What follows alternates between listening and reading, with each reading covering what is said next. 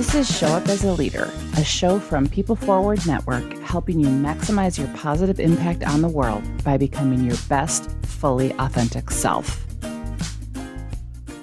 Hey everyone, it's Rosie. I'm just forewarning you, this is going to be another one of these episodes that you're either going to want to have your notepad ready, your notes on your phone, or however you take notes, or you're going to want to go back and listen to later because there's a lot of really good, insightful nuggets in this conversation. I so appreciated having this time with Jim Bishop from Conjunction Leadership. He did the whole corporate executive world, and now he is an executive coach who focuses on entrepreneurs and C-suite leaders, and he really focuses on helping them escape what he calls the reactive patterns that allowed them to get to a certain point of success, but are now holding them back. And there's such alignment in our work. It was kind of like a geek out session, but he talks about, how do we go from disrupting to bridging to growing? You're going to want to listen for, he calls NPDs, non-productive drama, and how that shows up in teams.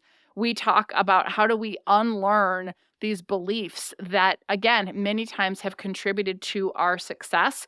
And that before we can pivot how we do things, we have to pivot who we're being. And he just has really great stories and great ways of describing kind of the messiness of being human and what we do about it and things we need to be thinking about for ourselves, but also collectively for organizations of how do we scale this and have more effectiveness in a world that just is getting increasingly chaotic. I think you're going to get a ton out of this conversation, and I would love to hear what opens up for you. And he also just launched a book, so you're going to want to check out the show notes for his book that is called The Adventure Within. Make sure to check it out and have a listen.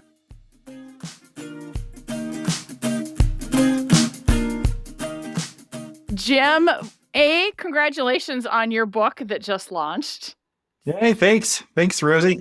And B, I am super excited to have what I think is going to be another geek out session for everybody listening as we talk about so many things that I think are timeless, but also really relevant when it comes to leadership. So let's just dive right in, shall we? Absolutely. So one of the things that I've been noticing a lot lately with our clients that I think is super aligned with your work and your book, which we're going to talk about obviously today, is that there is a lot of unlearning and relearning about what it means to be a leader in today's day and age that is really unsettling for people. And you have some people who have been in a formal leadership role, in many cases for more than a decade, sometimes multiple decades.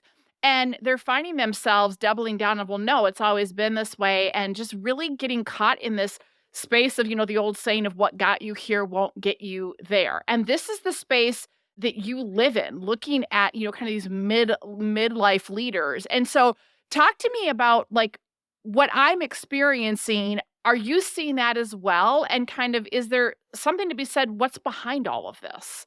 Yeah, absolutely, Rosie. It's a loaded question with about 1,000 different avenues to go down. So one, the simple answer is yes, I see it all the time. Actually, in my coaching process, I follow kind of 3 stages where I can mentally track where someone's at in their journey. And the first one of those is the disruptive stage.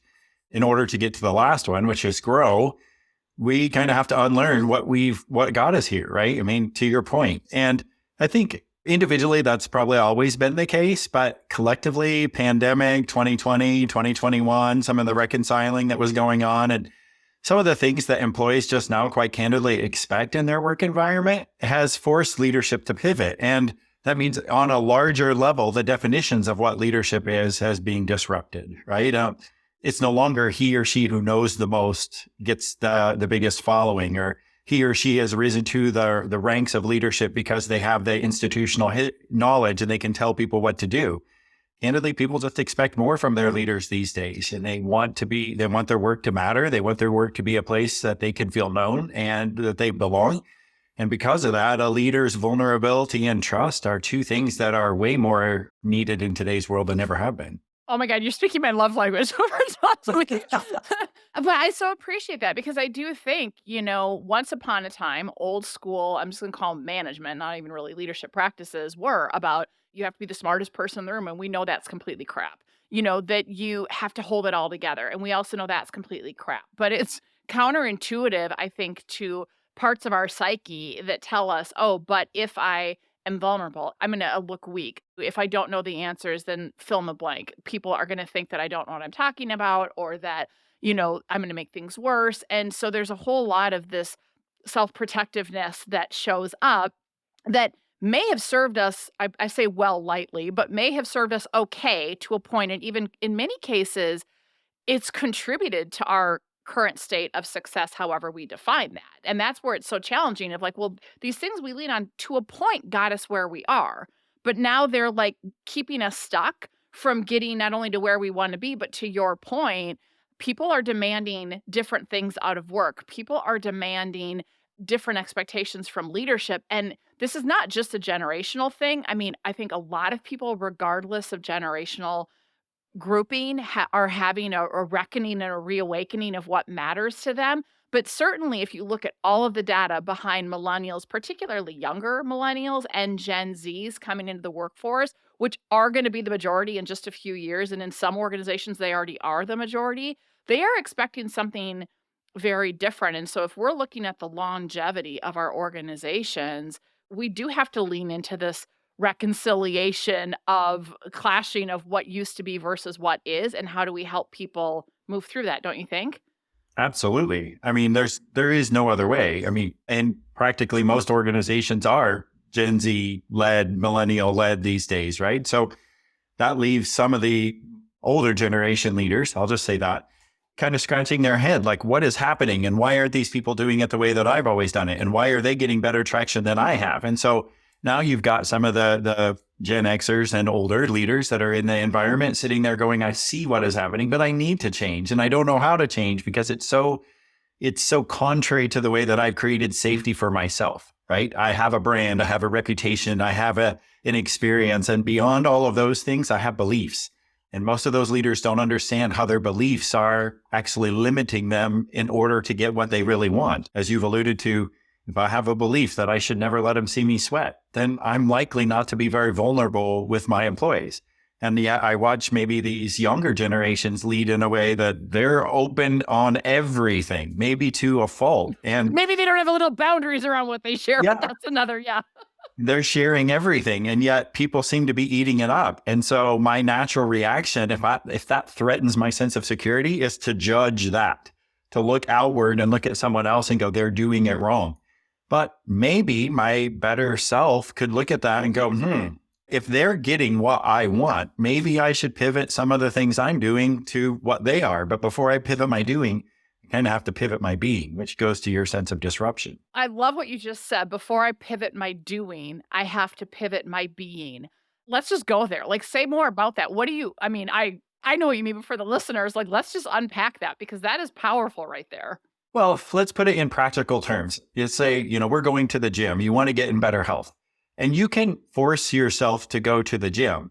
But if you still see yourself as 30, 40 pounds overweight and, midlife and not really enjoying it, then you're going to drag yourself there and modify your behaviors to get the outcome that you want, right? But if you've pivoted your brain and you've said, no, I see myself as an athlete, and I've always been an athlete. And maybe in the last several years, I haven't been as athletic as I should have been, but I can get back to being an athlete, right? And when I see myself that way, then my behaviors will just kind of follow through, because that's what athletes do.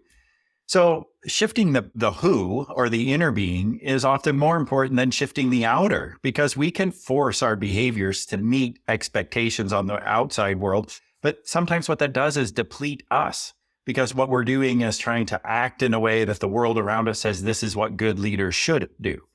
But when I use that word should, it always comes with a hint of judgment and a hint of shame over myself. And so I want to be able to say, this is what I do as a good leader. And when I do that, I put myself in the center of the power, and then I can act much more authentically without draining my reserves at the end of the day. So I always tell people, and as we'll get to, the title of the book is The Adventure Within, because before you try to change anything on the outside, on the inside, you first have to go first as a leader to become a better human and learn what it makes your authenticity greater. Yeah.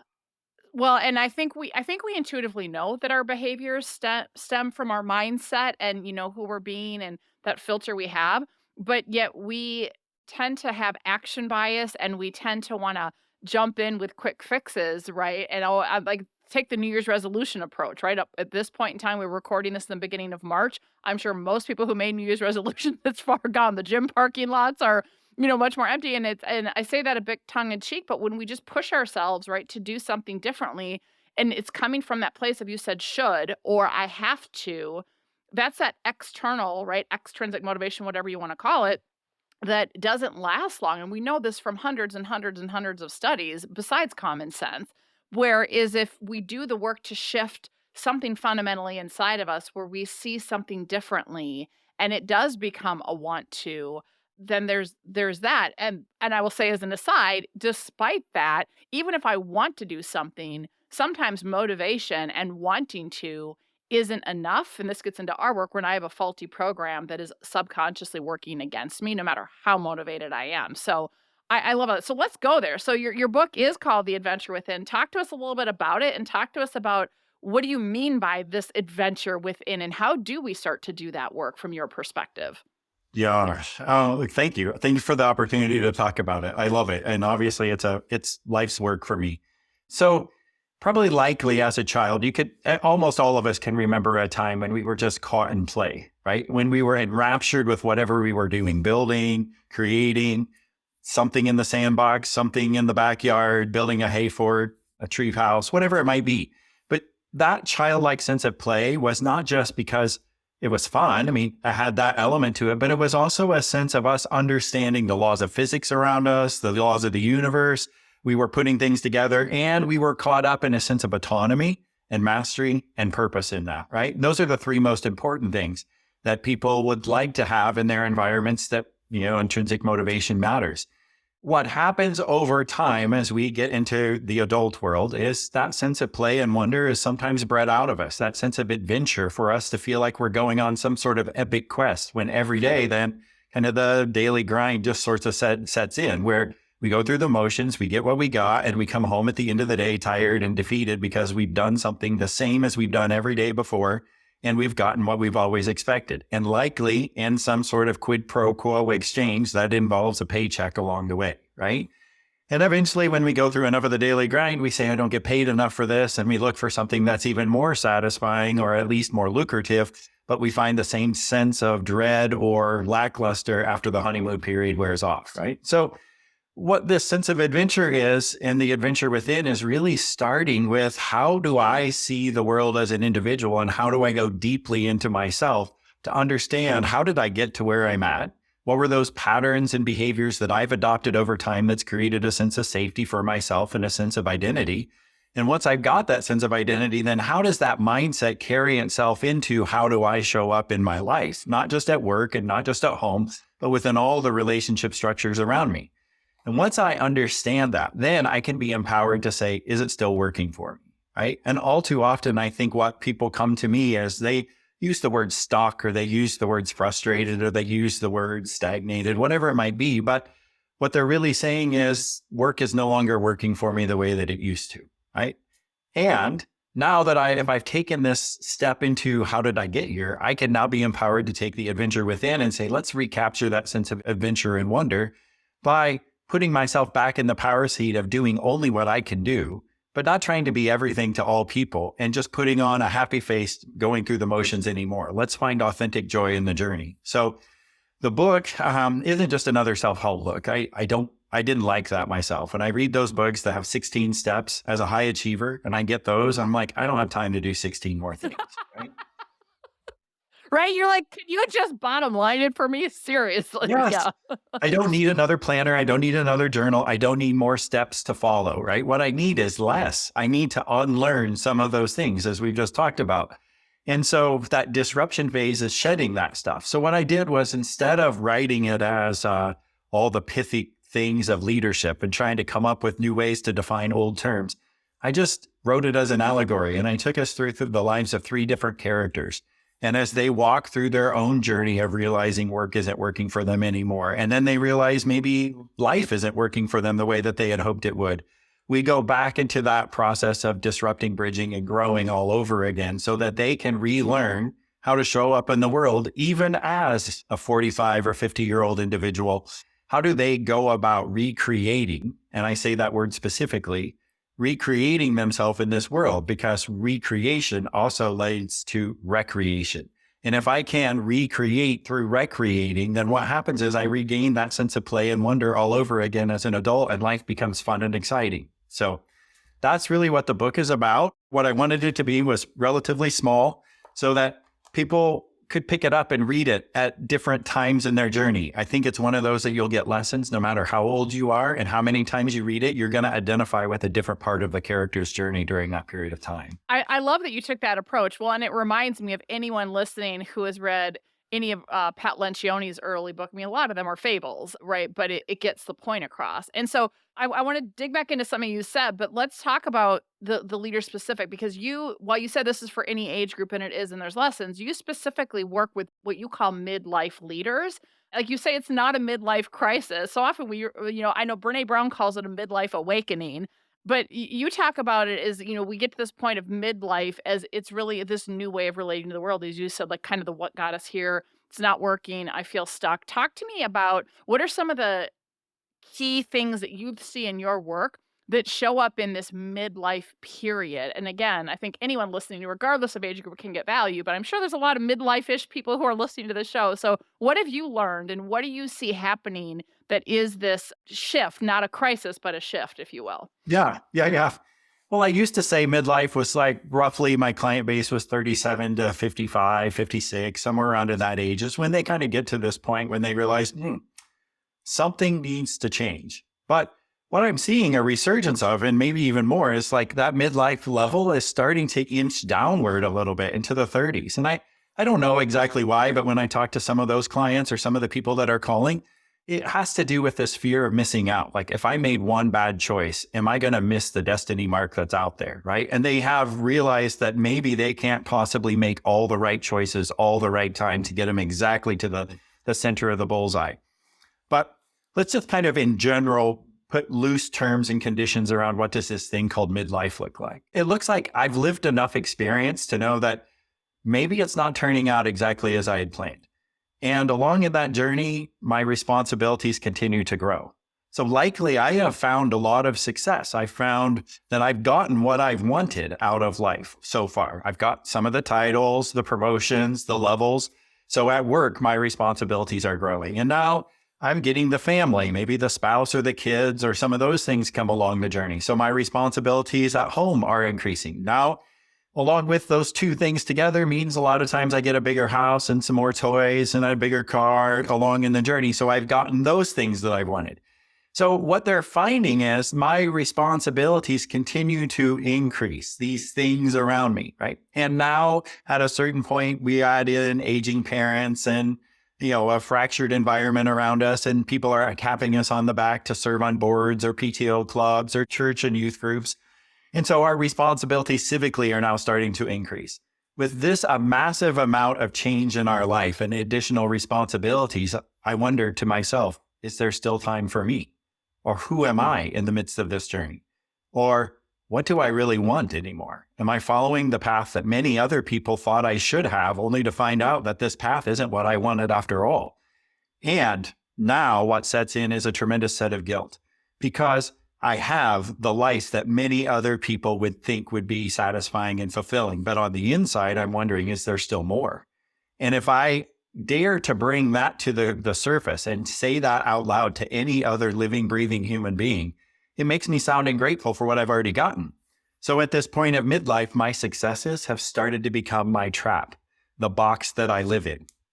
And it doesn't really have a demographic or an age or a gender. I think it's more of a mindset that when I realize that I'm not wanting to live in this trap of my own devising anymore, and I need to stand out a little bit more. And the milestones of life, the job, the car, the house, the toys, all of the things that define success, now I'm standing kind of here on the precipice, looking over the edge and going, if I take one more step, it's on my own.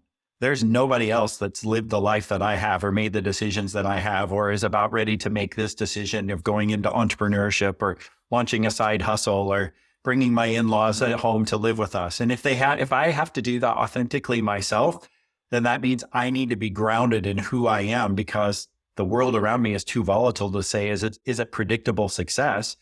I just have to trust in my own ability to find resilience in the midst of the whirlwind. And to most leaders, this has been a hard spot because they've just been used to reacting to the world around them, not authentically creating the world that they want to be in. Okay, that like entire section was just like mic drop. But I love the way you described it. At first, I was like, "Have you been reading my journal?" But I say that tongue in cheek. But I think you're right. So many people, it's collecting things that external, and we're caught up in the whirl of it. And it's not that it's bad or anything, but yeah, you hit a point where you kind of wake up, and I mean, we see this we work across industries, but I will tell you, especially during COVID, we do a lot of work with healthcare, and the number of really well-paid and well-established and well-respected physicians and physician leaders that hit a point of like, this is not what I signed up for, and I'm tired of getting beat up and abused and da da da, da, and like I'm out. And you're like, holy crap, you know how much of your life you've invested to become this physician, and here you go. Or you see it also, and you see it in all the data that so many of people in, I'm gonna say mid-level management, but some in executives as well, are hitting a point of like, it's not worth it anymore. And like they're either taking early retirement or they are leaving these high paying, well established corporate jobs and going on their own or doing something else. Because I think, we get caught up in the swirl or the reactivity of the world. And at some point, and it could be a death of a loved one, it could be an illness, it could be an external environmental disaster, a political, I mean, anything it can be that moment of awakening where we just look and go, good God, like this is not what I signed up for, or life is too short. But then there's all that fear of, right? So I love that you talk about we do have to ground ourselves, because when we are reacting to our life and we're not creating our existence, it's a very different experience. And I see that all the time in our work. So I just think you illustrated that so eloquently of where we're at in that journey. So in the work you do, how do you move people or start to help them move from that reacting to the world to creating it and really kind of relating to their life in a different way? It's mostly through spotting and noticing. I mean, and giving them maybe some data to show that this is how other people are experiencing their leadership. But most people will know, they know that inner feeling of saying, this isn't working out for me anymore, right? And maybe they've learned how to medicate it away, or they've learned how to pacify it away, whatever it is. And some of our medications may be some of the things that get rewarded in the boardroom, like high achievement, right? They don't always have to be the things that we find in Las Vegas, right? So addictions come in both ways. And I find a lot of leaders find themselves in this spot where they're realizing, I'm spending way too much time in the office, or I'm spending this small problem that didn't used to be a problem now seems like it's taking me hours to figure out it. I just can't get rid of it.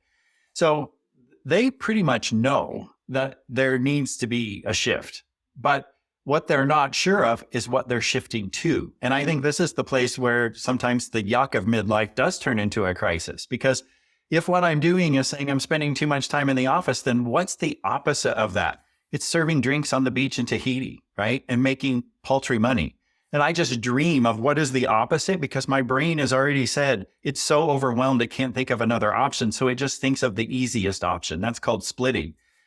What I invite leaders to do during this journey then, as we notice this stuff and we get some data that says, here's how the world around you is experiencing your leadership, and you show up differently as it relates to the people around you, maybe your boss versus the people beside you, maybe the people at home.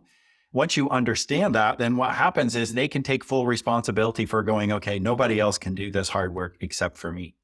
And instead of waiting for retirement when they can live this life of leisure, they ideate over, or instead of going to serve drinks on the beach in Tahiti, right?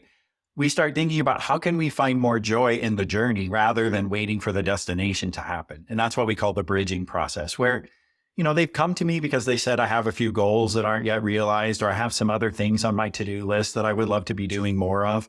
But in that bridging phase, we can really take that down to a lot more granularity, where we're able to say the saving for a vacation home now no longer is important, but the putting money away for some legacy projects, yeah, that definitely is. And so we started defining, what does legacy and purpose and meaning look like in your life? What does greater senses of connection mean? And maybe we're not building the bank account, but maybe what we're doing is building the emotional account. And so as we do that, then we can move into the growth phase, where they're saying, I'm not taking my foot off the accelerator as it comes to business, What I'm just doing is unlearning a few of the things that stole my energy as I built this business so that I can put that energy to these other things that will give me a sense of lasting fulfillment and joy as I watch other people's lives be changed. Even when a client comes to me and says, I hate my job, right? I always tell them to go back to their employer and ask for sponsorship to engage in coaching. Why do I do that? Well, because I want them to know that their happiness is not contingent upon their employer. Their happiness is contingent upon are they taking actions in their best interest every day. And if I'm only looking at running away from my employer, that might find temporal distraction, but that's not going to find lasting happiness, right? So I want them to recreate themselves in the midst of the environment that they're already in so that they can find joy there. And then if they choose to go to a different job or start a side hustle or start their entrepreneurial venture, it doesn't matter because they're not retiring. They're not giving up. They're still playing offense and leaning in on their toes. So that part right there, Jim, is so important because so often that is what we do. Something we're unhappy, something like you said, like we get in these patterns. And so then we go seek another job for that is the same thing. It's the grass is greener, but now we have more money, more responsibility, and the honeymoon period wears off and it's the same old crap. And sometimes it is, yes, the environment, whatever. Sometimes it might be you realize that just because you're good at this type of work doesn't mean it sucks the life out of you. So you can be good at something and it can suck the life out of you and not be what is going to help you find that flow and play and fulfillment. But we keep chasing it because that's what we know type of a thing. And, when we're looking outside of ourselves, to your point, it's that Band-Aid. It is that temporary fix. And so I love that you're taking that approach. And one of the things, because we have to talk about this, you talk about using a tool and having data. So you and I are both in our work, we leverage a tool called the Leadership Circle Profile. So anyone who's listening, it's a really insightful 360 tool that isn't I would say, quote unquote, normal 360 tool because it's rooted in theories of adult development. It actually shows you those mindsets of where you're showing it more reactive versus creating your outcomes. It shows you how you view yourself versus how others see you. It also shows you by different group, right? Like I always say, are you showing up as the same version of you in different audiences, or is there a chameleon going on, and how exhausting is it or why is it that this group experiences you differently? And I think so I just want to put that out there. People are like, what is this measurement? Because it's a really great tool that does give you some very rich data. And it's funny you talk about this awakening, Jim, because we use it all the time. We use it in succession planning with our clients. We use it in very thoughtful, intentional development plans, right? Along with some other assessments that we use. And one of our clients, we did this with the entire executive team individually, and we're doing some coaching and other work and stuff with them. And it's so interesting how you can have people who are in really high levels running like hundreds of millions of dollars business, right? Like, and multiple locations and all this type of stuff. And then they get their leadership circle profile results. And you would think at that level that it should be just stellar. And they're like, holy crap. And they end up in a shame spiral. And they kind of flippantly go, getting my result, but it stings. And so one of the things that we do is say, look, all feedback is a gift. And like now and it's not that you're a horrible person and the comments aren't totally horrible, but they can see, oh my gosh, there are a lot of shadow sides that you are not seeing of yourself. There are a lot of gaps. And the intent that you have, the impact you're having is not matching your intent. And isn't that a gift to know that so that we can create a plan to go, is this the legacy? Whether you're in your 30s or you're in your 50s and beyond, is this the legacy that you want to leave, regardless of how long you're in this role? If you decide to leave this organization a year from now, what's the impression and the impact that you want to leave behind? So often we think of legacy as like this big thing at the end of our career, but like we can have a legacy in this conversation. What's the impact I'm leaving with you and you're leaving with me? And I think so often we don't think about legacy at that very micro level. So whether you use a tool like the 360 or you use something else, when we get data where we can actually have some insights that none of us can see ourselves, we can have all the great intentions in the world and find out, holy moly, I did not realize that was not what I intended, but I totally had a negative impact on that person.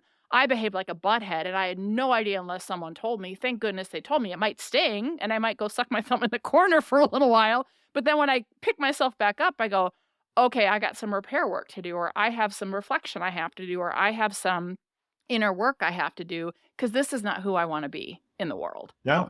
I mean, I have, we can compare and contrast two different stories here, right? There's one client, got some critical feedback from the people around him. He sits at a very high level in the organization, leads millions of dollars worth of business weekly. And his data came back that he was too conservative and too pleasing and too passive, right? He didn't like those words. That was not the way that he would describe himself to other people. But in the quietness of a coaching conversation, and I mean, we've been working together for several months before that, so I could see some of these behaviors in all our interactions. But in the quietness of the coaching conversation, he was able to say, yeah, I do give up a little bit too early to keep the peace. I do stifle my own voice in the midst of tension and conflict to make sure that other people get what they want. And yeah, I go home at the end of the day bitter and resentful because nobody's asked me what I wanted, right? And he could get to it. When he got to that and had that insight, those words stung a little bit that someone called him passive or pleasing. But in reality, what he was able to do is then just use that kind of creative energy that he felt behind that to change. And he did. And he's flying high today. Another leader got data back that said in the protective areas that he was a little too critical and a little too arrogant. And he could not get his mind around how anyone would ever see him that way because he does not, this is the furthest thing from his mind. He came back to me and he was arguing how the profile was put together and the data that it was done. And he wanted to dive into the questions and how he's showing his protective tendencies in how he reacted to the data, but they always do. But yeah, okay, yeah. By very nature, he was showing that he was being critical and somewhat arrogant, that he felt he knew more than the way this instrument was put together and fought it tooth and nail. And to this day, still will not change any of his mindsets because he doesn't see himself yet that way. Now, why do I say it yet? Because there will come a day when he will realize, and that's why midlife isn't a time, it's not a spot, it's not a moment on the calendar, but it's a feeling when you say, work just isn't as easy for me as it used to be. And that means there's going to have to be a whole lot more crap going on around you for you to get to that point. The death, the divorce, the disease, the expansion of responsibility, and you're going to have to work yourself into what I call overreactivity, where you're realizing my gift has now become my greatest limitation.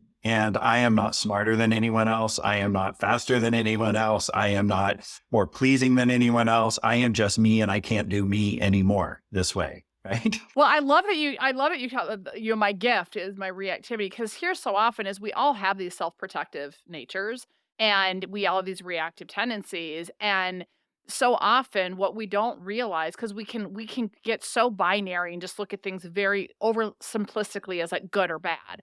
But those, as you know, those reactive tendencies, there's gifts in them, but it's gifts that are being overused and misused. 'Cause I would say any strength, any talent, any gift, misapplied, overused, can become our liability. And that's exactly what happens. And as you were talking about, and I've seen many similar leaders that I work with, but it reminds me of that whole, the parable of the boiling frog, right? That like, it's incremental. Like you're getting data and you're getting information that tells you perhaps you're overusing and misusing those gifts to a point it's not helpful, but it's too painful, it's too unsettling, it's too shame triggering, whatever it is. I don't want to listen to it. So I have to wait till the pain is really, really great. It's that frog now is in boiling water.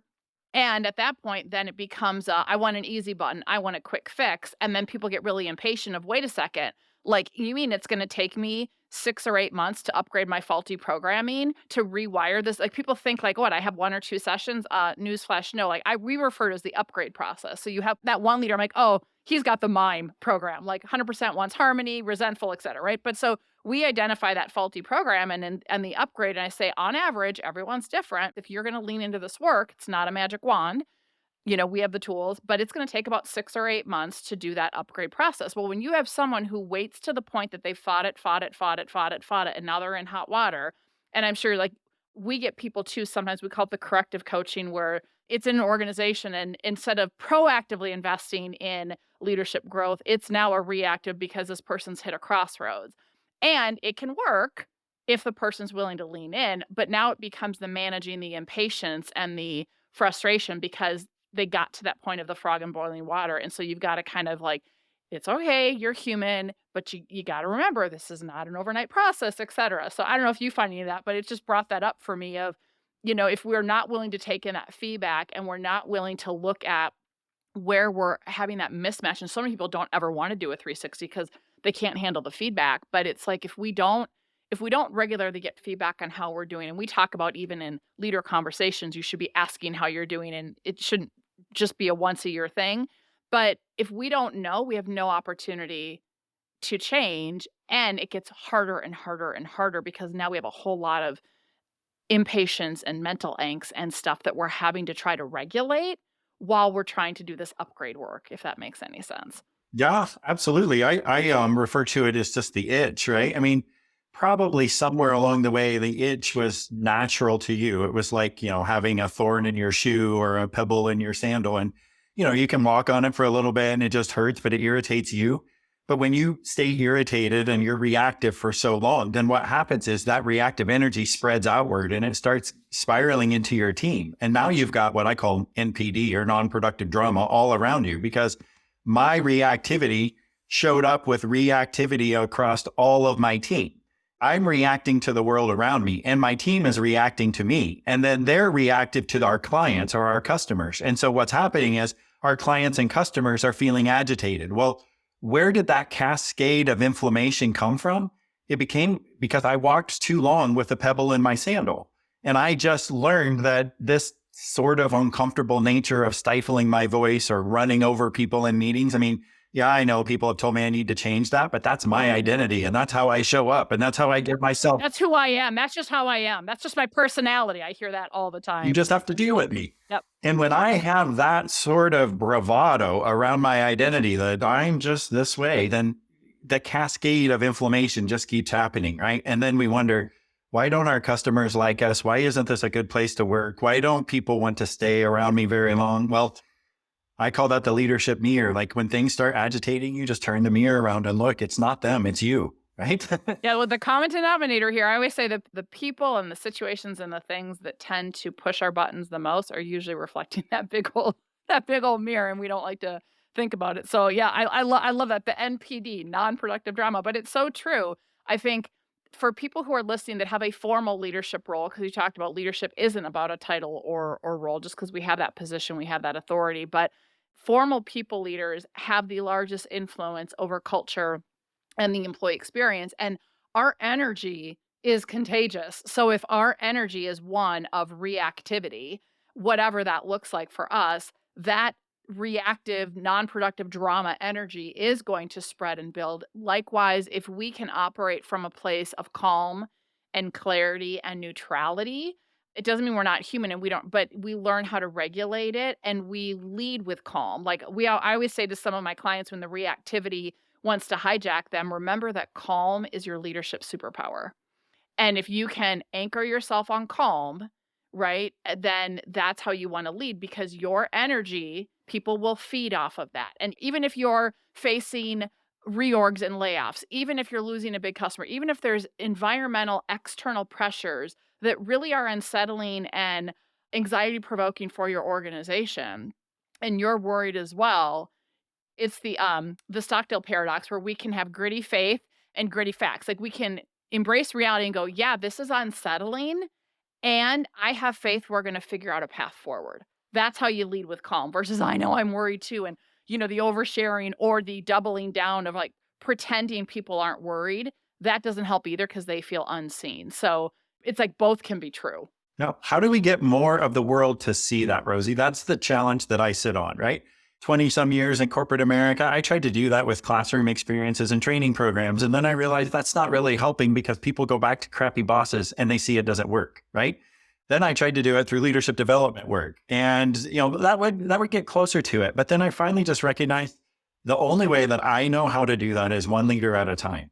And take that leader who finds themselves at that point in their journey when they say work just isn't working for me anymore, and go from there because they already know that they need to shift. And yet there's a lot of other leaders out there, and it doesn't matter what age they are, how much experience they have, but there are others out there that their superpower is still working for them and they're still okay with the minimal losses that they're creating because of their overreactivity. But I keep questioning like one leader at a time. And this is where my impatience kicks in. It's like the world is so big. And right now the problems of the world seem so great that one leader at a time just seems like it's going to take forever. The generations turn over too slow.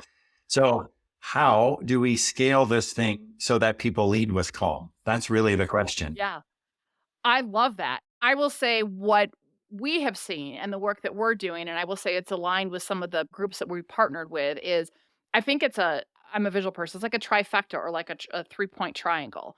And one is it is individual work. As individuals, we have to do, I'm going to say, the 6 to 8 month journey to upgrade that faulty programming and reactivity so then new skills can sit, right? Because if we don't do that inner work, the outer stuff doesn't hold. And we want those quick fixes. We send people to a e-learning module or, a one-day thing. Like that's not how we work as leaders. And then you have to send them to the feedback workshop or the communication workshop or the goal setting workshop or accountability workshop over and over and over, and you wonder why it doesn't work because we tried to scoot around that inner work. So I think that the first is we do have to do that inner work. Like you talk about kind of one leader at a time. Yet newsflash, organizations, if you're not investing in the right type of coaching that actually does that inner work, you're missing a key ingredient. And that's, if you look at all the data, that's where we've kind of gotten leadership development backwards.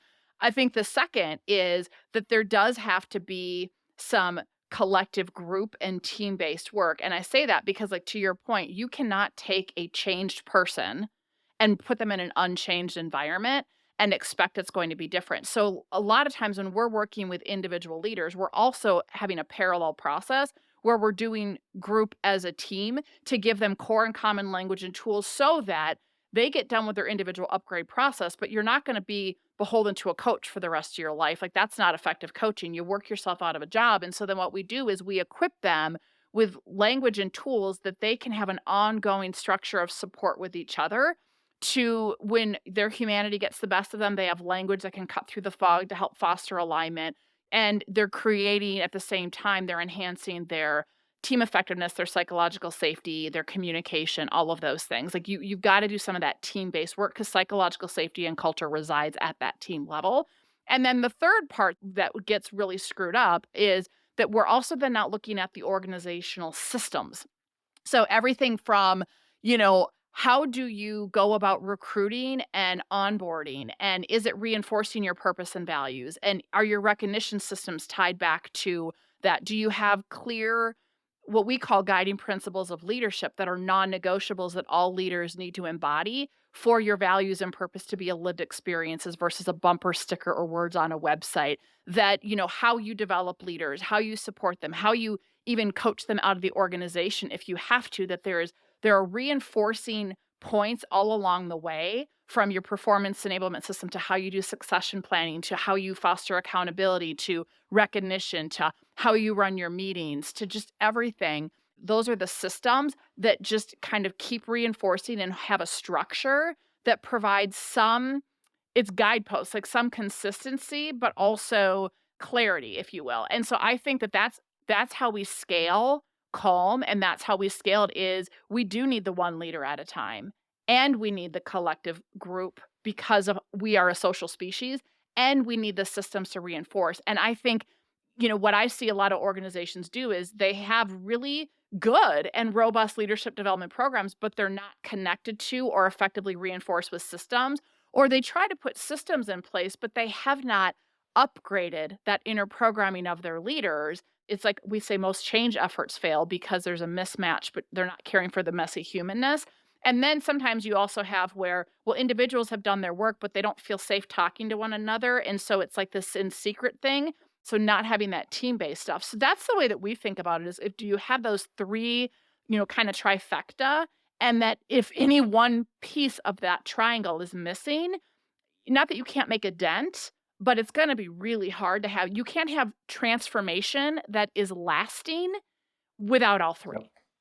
I can concur with that. And I have lived experience and probably some bruises on my back to show for it, right? So yeah, I was brought in as a transformation coach for an organization at one point in time, and they wanted large scale, massive, kind of agile like transformation within the organization. And our team's responsibility was to help the leaders do the inner work until the inner work got too personal for the top leaders. When it got so threatening to their inner sense of safety, the first thing they did was eliminate the transformation team. So it happens a lot. Well, we could geek out about this forever, but speaking of that kind of narrative and reactivity, one of the things from your work, but we've also learned that it is in our human nature, no matter how much work we've done, by the way, to upgrade, that we all still have these stories that help keep us safe, but are self-limiting that will still show up from time to time. So what I would love if you'd be willing to share, Jim, in your self-awareness and wisdom, what is a self-limiting story that you still tell yourself sometime? And when it shows up, how do you move beyond it so that you can get out of that reactivity and show up as a leader in your life? Oh, Rosie. Okay, let's spread the couch out and get ready for support. No. I mean, I grew up as a middle child, right? Even the name of my business is Conjunction Leadership, because I believe there has to be, if you take the and put it between two tensions, you always come up with a new option. Brains, leaders, we get so overwhelmed, we can split that information really easily into the extreme opposites, and it gives us the either or, but it takes a lot more time and effort to resolve in the middle. Well, where did that come from? It's a lifetime of experience, because I grew up as a middle child. I had an older sister, younger brother. I grew up with a lot of kind of what I would call divergent types of things that I was interested in. So I lived in the middle of the country. I was a farm kid, but I always really liked arts and I was very creative, right? And I would try to express my creativity, but I would go home at the end of the day and I'd be home by myself, and my sister and brother and I would try to play together. And no matter what, you put flawed and broken people in a system, you're going to get tension, right? And I felt like it was my job, for whatever reason, to keep the peace. So I saw myself as the peacemaker, not the peacekeeper necessarily, but more the peacemaker. Like I needed to say certain things that I was experiencing from other people so that they knew what I had seen. And somehow I grew up with this ability to kind of, I don't know, see colors around different people and know when they were in tension, when they weren't saying what they really wanted to say. And that was what I always did, was just bring that to the table, because I wanted to eliminate the tension amongst people. Well, then over time, that became a superpower. That superpower got recognized. That recognition meant that I worked in lots of teams and organizations, and I became a high performance leader all around keeping people in productive harmony. But that came at the expense of my inner harmony. Who am I? Because I was always helping other people look like better leaders. And that meant inside of an organization, sometimes what happens is when you're in a revenue generating role, your salary often grows. But when you're in a revenue consuming role, your salary sometimes is capped. And as a peacemaker and a team builder and a leadership development expert or an executive coach, whatever, that meant my salary was kind of capped. And that brought attention to me. What I needed to do was kind of change that inner dialogue in my head, that in order to keep the peace, sometimes that meant that I needed to step out on my own and create a little tension.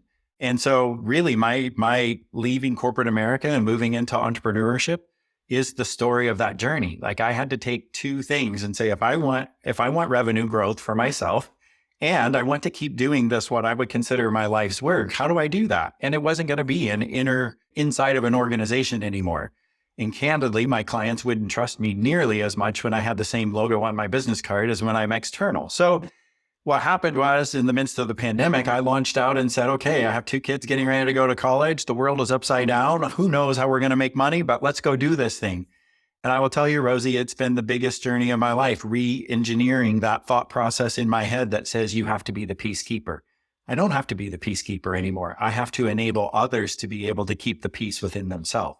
And when I reframed it that way, everything changed, because I feel more authentic in my voice. I feel more authentic in the work that I do. I feel more authentic in the words that I put on paper and in a book.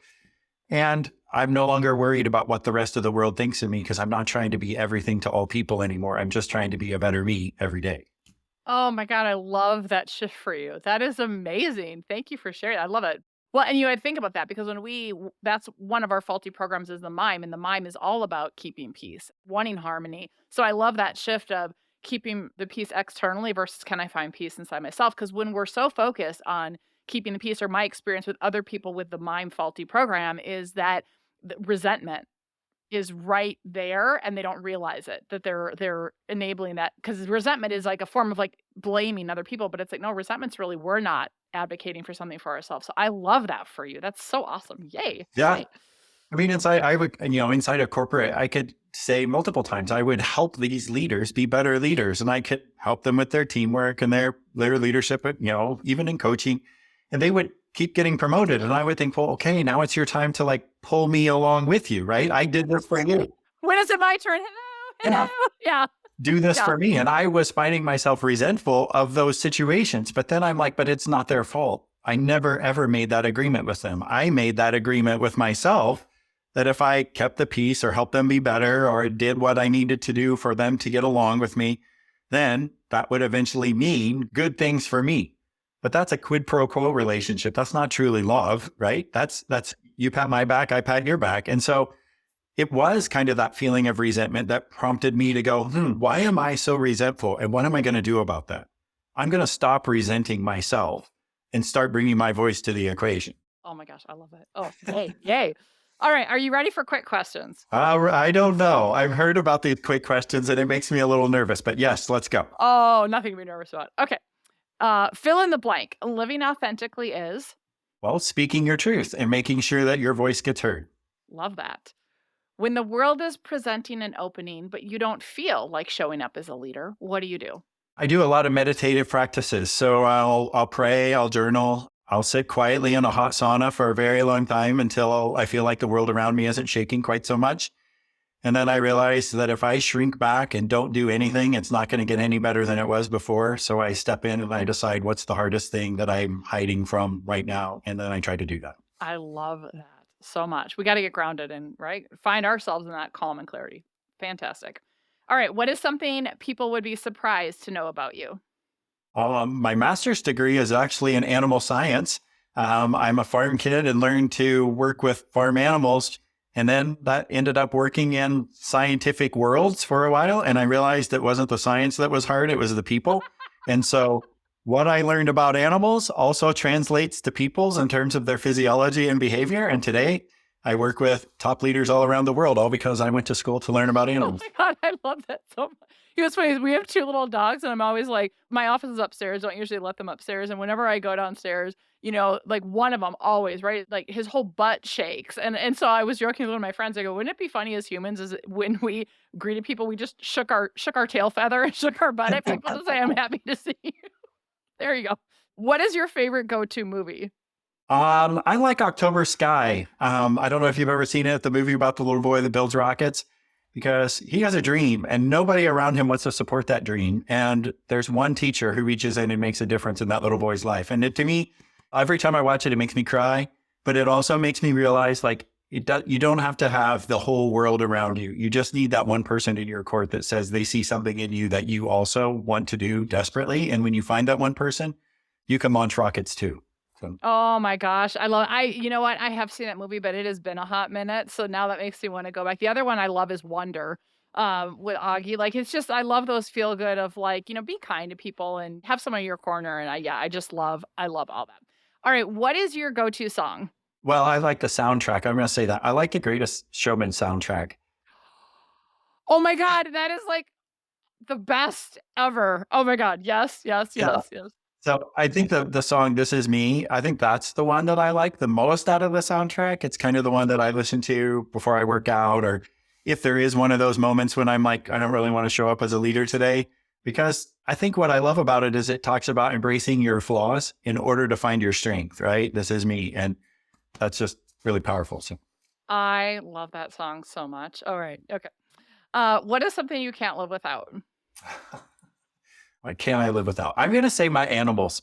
So I told you I went to school for animals. I grew up on a farm. That's important. But for me, they provide me with this sense of unconditional love. And just every day I get to go out and feed them. I get to go out and work with them. I just kind of sit there and watch them. And I feel like there is a decompression, almost a grounding that happens in their energy. I couldn't live without my family either. They're probably a close second, maybe a first. But my animals, My animals, my family. Yeah, no, I love it. I tried to live in a neighborhood for a long time, and it just kind of stole a lot of my joy. And it wasn't because I didn't like where I lived or I was ungrateful for my neighbors. It just meant that I couldn't have creatures outside like I wanted to. So, Oh my gosh, I love that. I love that. Okay, what is something in your ordinary daily life that makes your heart happy? I'm going to say my gym. It's the place where I go to do my therapy a lot of days while I'm lifting or working out or sweating. More than sweat is coming out of the pores, a lot of frustration. Actually, while I'm running on the treadmill, a lot of the structure and framework for my content and other things I write come out. So it is mental therapy and physical therapy all at the same time. I'm with you. I always say like going and lifting some seriously heavy weights, you feel strong and badass. I'm like, that is my like sanity reset is what I always say. So I love it. All right. And what are you grateful for right now? I'm just really grateful that I'm in the center of this work. I was sitting there actually this morning, ironically, in my quiet time. And I was like, the world around us is really chaotic right now. And no one knows exactly what tomorrow is going to be like. And there are people on both ends of the spectrum and all parts of the spectrum that are fighting and seeing their own positions. But every day I just wake up and I'm super, super thankful that one, I took the step and went on my own, and that I have the chance to be with these amazing people that I get to journey with every day. And that I took responsibility for saying, I don't want to be everything to everybody all the time. I just want to do this one thing that I can do better than most people, and not be arrogant about that, but be humbly confident that if I just do that and I focus all my energy, it's like a laser, not like a prism. It's not getting refracted out. And every day I get to put a little boundary around where I want to spend my energy and where I don't. And I have a lot more autonomy in my daily life. And the amazing clients that keep coming in this journey and saying, I need what you have, has just been humbling to me. So I'm just super grateful that, I don't know, that I figured it out. And then sometimes I get super sad that other people haven't. Yeah, right. Both can be true. It's a both and, not an either or. Hence conjunction. I love that. Well, I could like geek out with you for a long, long time, but I'm going to ask one closing question, Jim. If you could challenge leaders everywhere to practice this one behavior that would create more human workplaces and equip everyone to show up as a leader, what would that be? Guided reflection is the way I would say it. I used to just say reflection, but what I realized by saying that is if the brain is highly addicted to dopamine and the leader is in a highly reactive space of checking things off whenever, then it's really hard to do reflection because it seems like it's a waste of time, right? It seems as if I'm sitting here non-productively, not getting things done. But I think in a sense of guided reflection, whether that's following a contemplative journal, whether that's journeying with a coach, sometimes that can be just if you practice mental disciplines that quiet the brain. But weaning yourself away from that dopamine detox and making sure that you're not just addicted to getting things done or running the rat race, and then finding yourself as a more wholesome individual because your worth isn't in what you do, it's in who you are. I think that's how, if I could just tell leaders everywhere, do some guided meditation, guided reflection, and really take that adventure within. I love that. Well, Jim, thank you so much. Thank you for the work that you're doing. Thank you for this amazing conversation. I have like tons of nuggets. I'm like, oh, I want to put that one into practice. So thank you for that, and just much, much gratitude. Yeah, thank you for having me, Rosie. This is a real blessing and a real treat. So thank you for your work. I'm Rosie Ward, and this is Show Up as a Leader. To learn more, head over to PeopleForwardNetwork.com and, of course, hit that follow button.